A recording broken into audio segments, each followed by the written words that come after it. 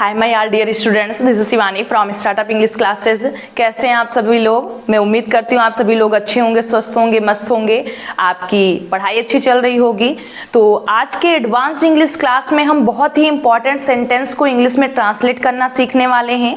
जैसे हम अधिकतर कहते हैं वह आईएएस बनने के लिए बहुत उतावला है, मैं प्रधानमंत्री से मिलने के लिए बहुत उतावला था। तो ऐसे सेंटेंसेस को हम इंग्लिश में ट्रांसलेट कैसे करते हैं जहां पर बहुत उतावला है या था या होगा। तो लेट्स सी। लेकिन सेशन को स्टार्ट करने से पहले आप में से कोई नया है जिसने अभी तक हमारे चैनल को सब्सक्राइब नहीं किया है तो चैनल को सब्सक्राइब कर लीजिए, प्रीवियस सभी वीडियोस को वॉच कर लीजिए ताकि आने वाली सभी क्लासेस आपको अच्छी तरीके से समझ में आए और आने वाली सभी क्लासेस का नोटिफिकेशन आपको मिलता रहे, आप मेरा एक भी वीडियो मिस ना करें। तो लेट्स स्टार्ट। बहुत उतावला है, यहाँ पर बहुत उतावला है या बहुत उतावला था या बहुत उतावला होगा। यहाँ पर प्रेजेंट, पास्ट, फ्यूचर किसी भी टेंस में हो सकता है, प्रेजेंट में या पास्ट में या फ्यूचर में। एज मैं प्रधानमंत्री से मिलने के लिए बहुत उतावला हूँ, प्रेजेंट का है। बहुत उतावला था तो पास्ट का है। वह प्रधानमंत्री से मिलने के लिए बहुत उतावला होगा तो फ्यूचर का है। यानी प्रेजेंट, पास्ट, फ्यूचर किसी में भी हो सकता है। जैसे कि मैंने प्रीवियस वीडियोस में आपको बताया था कि हम सेंटेंस को कैसे पहचानेंगे कि ये प्रेजेंट का है या पास्ट का है या फ्यूचर का है, तो आप अच्छी तरीके से पहचान ले रहे होंगे। एज फर्स्ट सेंटेंस, वह नाम कमाने के लिए बहुत उतावला है। वह तुमसे शादी करने के लिए बहुत उतावली थी। तो आप देख रहे होंगे ये प्रेजेंट का है और ये पास्ट का है। नेक्स्ट इज वे पैसा कमाने के लिए बहुत उतावले होंगे, फ्यूचर का सेंटेंस है। लास्ट इज बच्चे जादू देखने के लिए बहुत उतावले नहीं होंगे, ये सेंटेंस भी फ्यूचर का है। तो स्ट्रक्चर क्या होगा ऐसे सेंटेंसेस को इंग्लिश में ट्रांसलेट करने का जहां पर बहुत उतावला है या था या होगा? तो firstly we write subject, after that according to tense and our subject we use helping verb। according to our subject and tense we use helping verb। अगर हमारा सेंटेंस प्रेजेंट का है तो इज, एम, आर में से कोई एक use होगा। सिंगुलर का सब्जेक्ट है तो इज, आई सब्जेक्ट है तो एम, प्लूरल का सब्जेक्ट है तो आर का यूज होगा। ही, she, it and singular subject है तो इज, आई है तो एम, यू, वी, दे और प्लूरल सब्जेक्ट है तो हम आर का यूज करेंगे। अगर हमारा सेंटेंस पास्ट का है तो वॉज और वर में से कोई एक अपने सब्जेक्ट के according he, she, it, I and singular subject was, you, we, they and plural subject were का यूज करेंगे। अगर हमारा सेंटेंस फ्यूचर में है तो विल बी और shall be according to its use as you have read in future indefinite tense, future continuous tense and future perfect tense, same as use of will और shall will be here. After that, very eager plus to verb first form plus object। Firstly, we write subject. After that, is, am, are, was, were, will be, shall be में से किसी एक का use करते हैं tense और subject के according, plus very eager plus to verb first form plus object. Present का है, सिंगुलर सब्जेक्ट है तो सब्जेक्ट के बाद इज, आई है तो एम, प्लूरल का है तो आर। पास्ट का सिंगुलर का है तो आई के साथ वॉज प्लस प्लूरल का है तो वर। फ्यूचर का है तो सब्जेक्ट आई और वी है तो शैल बी। अगर आई और वी के अलावा कोई दूसरा है तो फिर will be plus very eager plus to verb first form plus object. तो मैं उम्मीद करती हूँ कि आपको अच्छी तरीके से स्ट्रक्चर समझ में आ गया होगा। तो let's translate into English.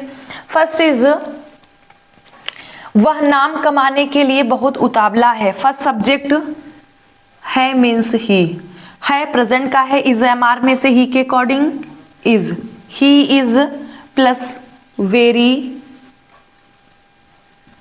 He is very eager to कमाना, to earn name, to earn name. Next is वह तुमसे शादी करने के लिए बहुत उतावली थी। सी, थी means was, she was very eager to तुमसे शादी करने के लिए, to marry object to marry you. Next is वे पैसा कमाने के लिए बहुत उतावले होंगे। तो किसका है ये? फ्यूचर टेंस का है, इंडेफिनिट हम नहीं कह सकते हैं, फ्यूचर टेंस का है। तो वे means they, after that will और शैल, दे विल बी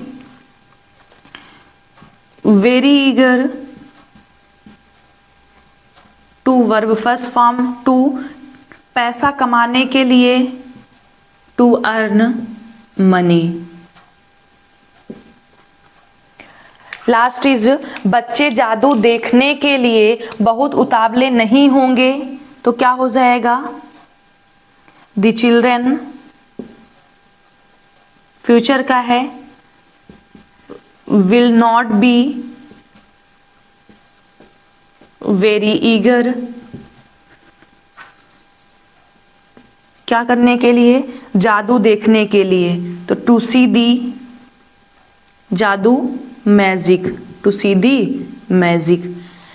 तो माय आर डियर स्टूडेंट्स, जहां पर बहुत उतावला है या था या होगा, तो वहां पर हम इस सेंटेंस का यूज करेंगे subject plus is am are. Present का है तो, पास्ट का है तो वॉज वर, फ्यूचर का है तो विल बी और shall be according to subject, subject के according, plus very eager plus to verb first form plus object का हम यूज करेंगे।